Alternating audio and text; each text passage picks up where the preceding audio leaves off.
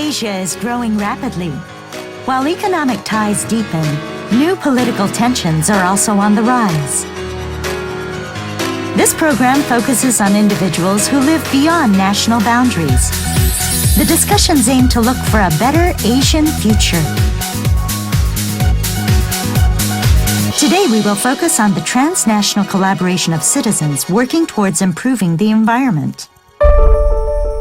Environmental pollution has now become a global issue. Many people are suffering from problems that spread across borders, such as the dispersion of air pollutants and the contamination of big rivers. An international response is necessary to tackle these problems. We went to investigate the island of Borneo, where over 80% of palm oil consumed worldwide is produced. As a result of the expansion of plantations, wildlife habitats are quickly being lost. And in Mongolia, a country with one of the largest uranium deposits in the world, nomadic tribes who live close to the mines are worried about their lives. How should residents face environmental issues that cross national borders? We will listen to the voices of those who are specifically taking action today.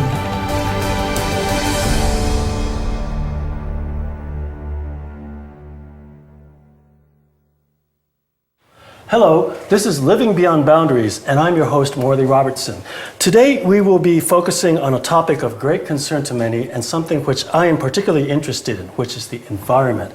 We'll pay particular attention to Mongolia and Borneo. I'd like to introduce my three guests. Firstly, Agnes Chan, who is a singer and UNICEF Goodwill Ambassador, and she will probably voice the views of the general public as well as her own. Thank you for being with us. Thank you. And also, please meet Mr. Yasushi Hibi, the Vice President of an international environmental NGO. He is one big globetrotter. He's almost been everywhere in the world. Thank you very much for Thank being you. with It's us. a pleasure being here. Okay. And also, we have with us Ms. Sachi Ninomiya Lim, who is an environmental education specialist. Thank Hi. you. Yes, thank you. Okay, first I'd like you to take a look at a photograph here. And if you can recognize what this is called yellow cake, but it's not food. It's actually roughly refined uranium. They compress it and they enrich the uranium so that it can be further converted into a fuel level.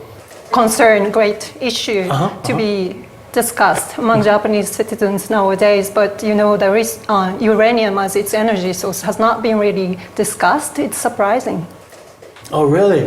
Yeah, actually, I was reading a mining interest newspaper that's published in Australia online, and they were talking about how Japan's nuclear power plant restart is going to probably give a boom to their industry. And the whole article was like really optimistically is very different from how it's reported in Japan. Yeah. But uranium can be dangerous for the people who live in the production areas, and these are often produced in remote areas that we don't know. We really go. Yes. Another thing is that do indigenous people live in these zones where they're mining the uranium? Yes, these are often produced in remote areas, very far from the cities, urban areas where indigenous people usually Right, live. and ethnic minorities. What I read in some of the newspapers is that they have discovered a lot of potential in Mongolia. Canada, Kazakhstan, and Australia make up 64% of the world's uranium production. However, it is Mongolia that has the highest rate of estimated uranium reserves. Russia, India, Canada, and France are among countries that mine uranium in Mongolia. China and Japan have also decided to make an investment recently. Competition for Mongolia's uranium is intensifying. But according to the OECD, Mongolia is expected to own uranium reserves that could be extracted with one of the cheapest costs in the world. Here's the reality on the ground. Dornogovi province is located on the southeast of Mongolia. grassy plains stretch out as far as the eye can see. Since the establishment of Mongolia's market economy during the 90s, a French company has been mining uranium here. Mr. Enk Boyanto, who works for an environmental NPO, makes frequent visits from the capital, Ulаанбадрах, in order to investigate the current situation. This is a mining technique known as ISL, which is known to contaminate groundwater.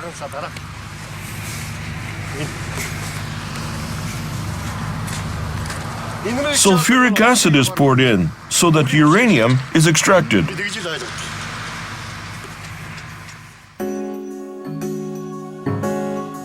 In this mining technique, solvents such as sulfuric acid are poured into the mineral deposit deep underground in order to melt the uranium, which is then collected at the ground surface in liquid form.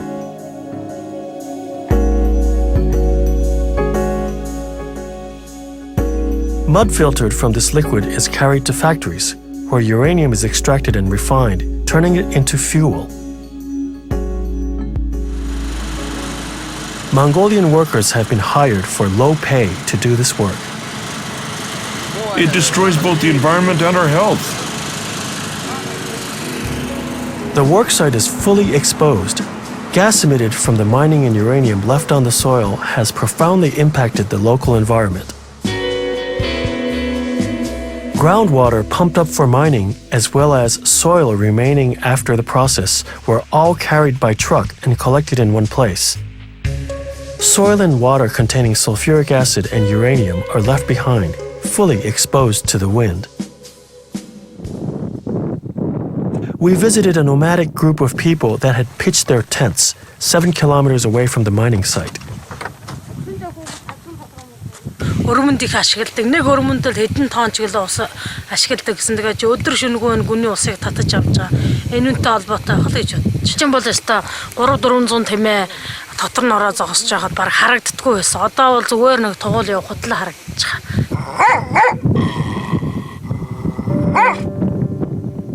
Around 10 households are raising roughly 1,500 livestock in this area. In recent years, they have noticed abnormal occurrences in their livestock's health.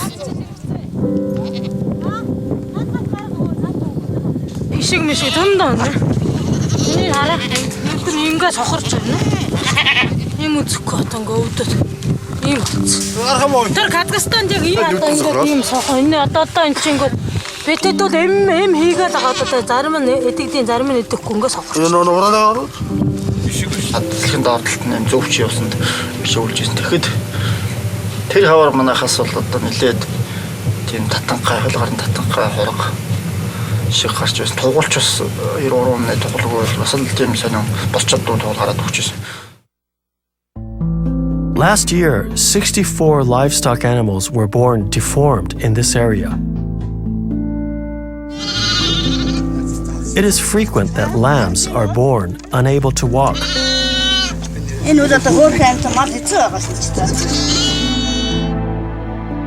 A baby goat born without an anus. It died soon after it was born.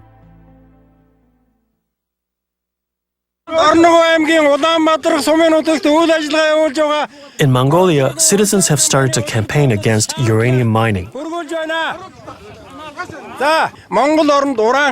Шарнунтаг олборлох, хөрөн оруулалт хийх нэрээр хямд төсвөр түүхийн эдийн бааз болгон хувиргах орлогоо зогсоохыг бид хатуу шаардж байна. Хатуу шаардж байна.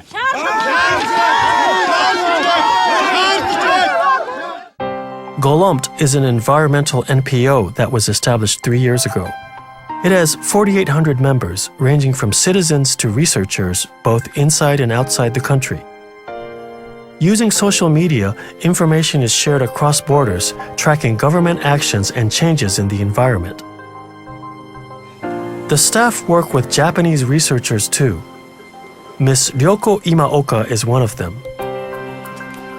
She has been researching the depth and richness of nomadic culture in Mongolia for the last 25 years. She has attended international conferences where she reported on changes in the Mongolian nomads' environment. Хоёрын өдрүүдэд We are currently working on coming up with effective measures to stop uranium mining as soon as possible. If you have any ideas or suggestions, please share it with us. Of course. By partnering internationally, the people of Mongolia are trying their best to halt environmental destruction. Well, the situation in Mongolia does seem serious. You have any thoughts, Agnes?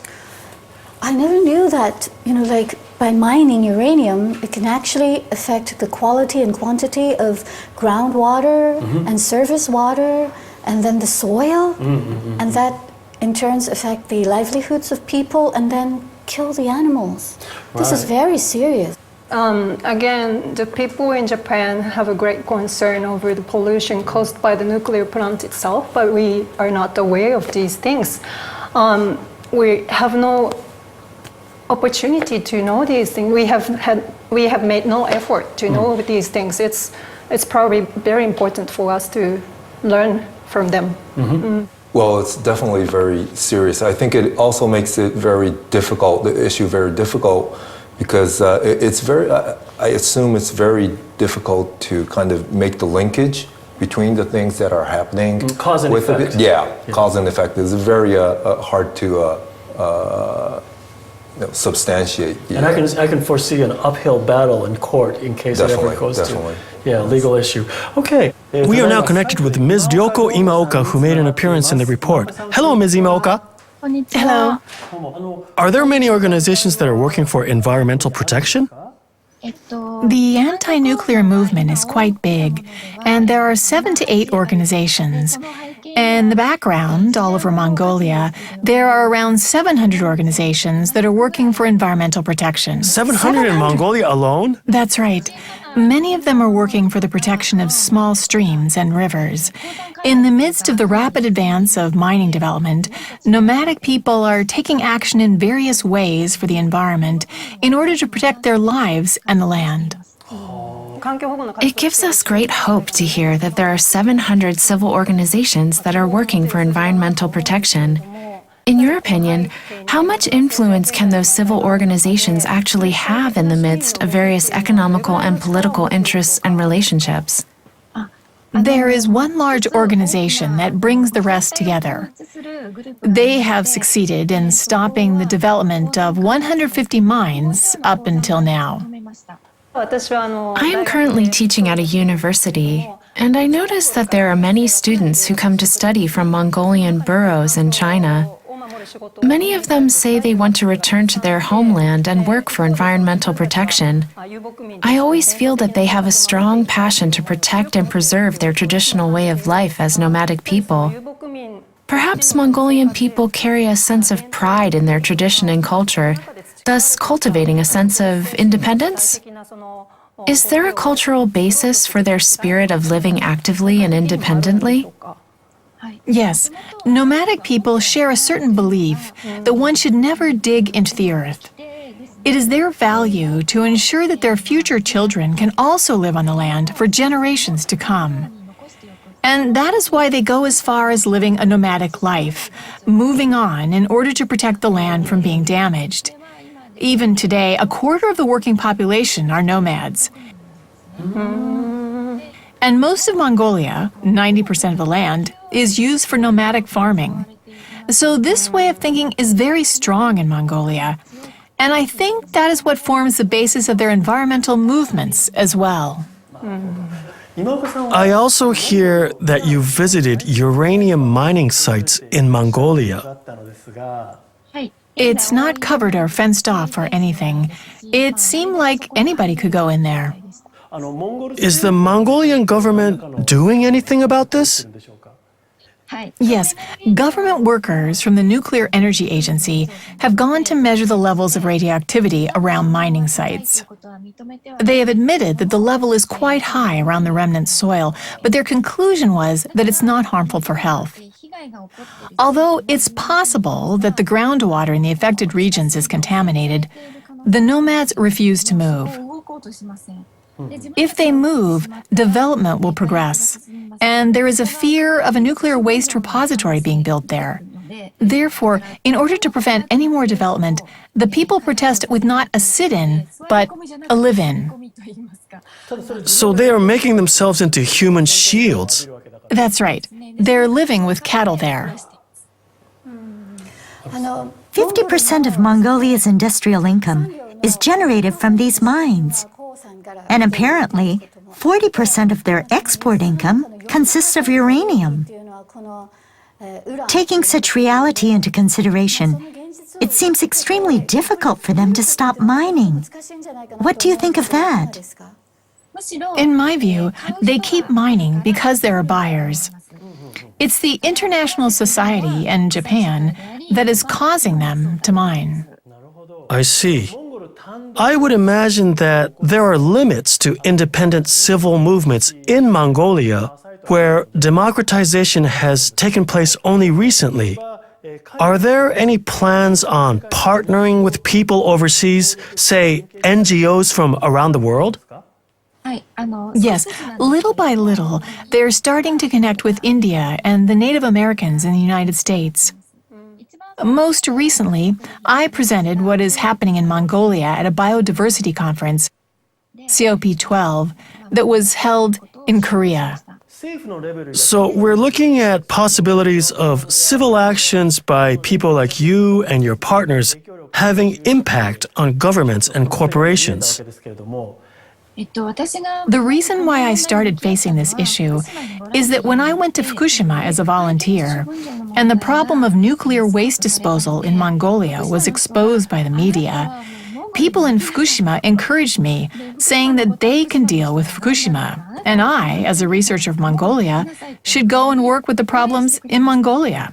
The people of Fukushima really understand what Mongolian people are going through, and I hope there will be more people who are able to think about nuclear problems beyond national borders as something that matters to them. In the midst of global political and economical interests and relationships, it must be a huge challenge to work towards changing this situation.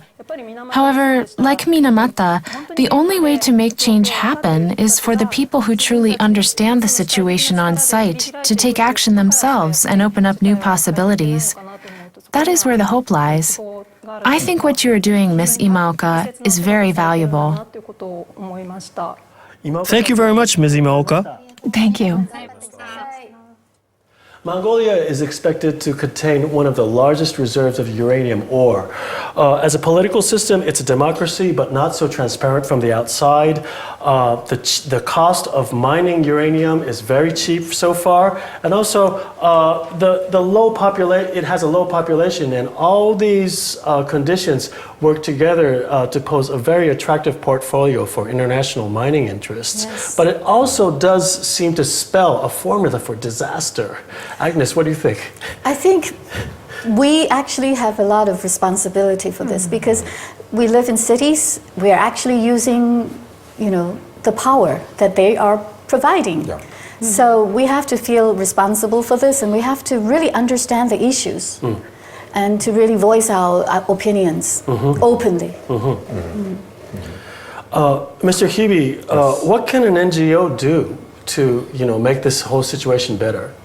Well, I think there's a lot of things that the NGOs can do. Of course, one, for international NGOs, can really support the local NGOs. I assume that many of the local NGOs don't have funding capacity, like technical capacity or even organizational management capacity, advocacy experiences. There are many international NGOs has already done that.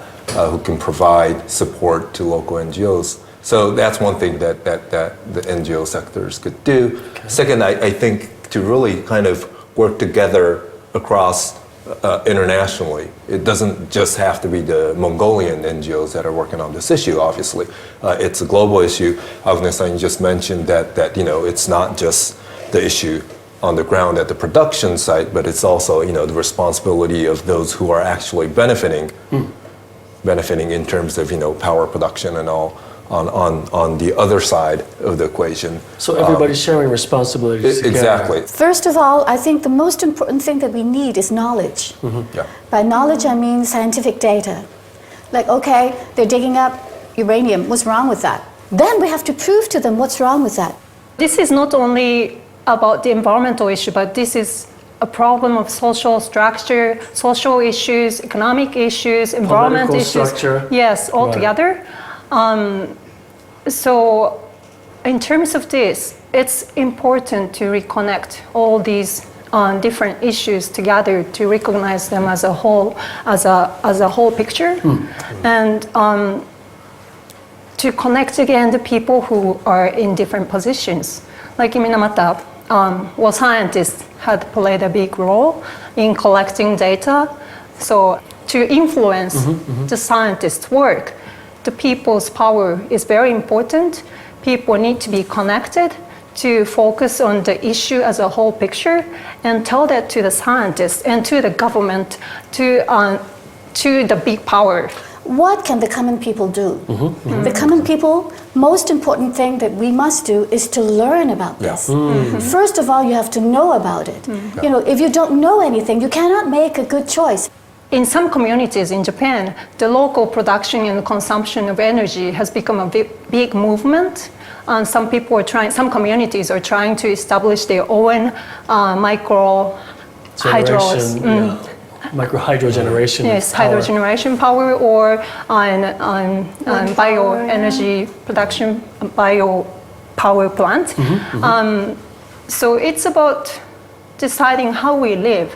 Then actually what Japan's now doing is compensating the electricity with coal-fired power plants, which obviously we all know it's going to Add CO2. Exactly. And also exploit people working in the coal mine. Exactly.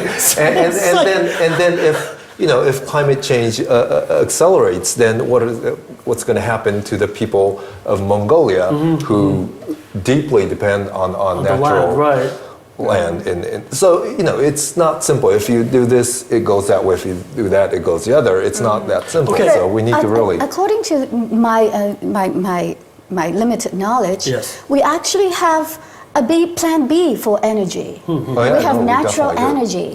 You see, which is cost you more in the future. We have to decide that. So if for issues that we don't have a plan B, don't have an alternative, I don't think we have a say. But now we have an alternative. So we should push that. We should buy clean energy, and we want to demand that. That in the end will probably help people in Mongolia. Yeah, exactly. As you've just seen and heard, Mongolia has many big issues. But now I'd like to move the agenda along to a case where NGOs work across national borders and they're getting concrete results. Today, we have met people who are slowly improving the status quo by tenaciously tackling the global environmental problem while holding on to a strong personal belief. By looking at one's own circumstances while being aware of the connection between countries, we can further our understanding about the future of the environment of Asia.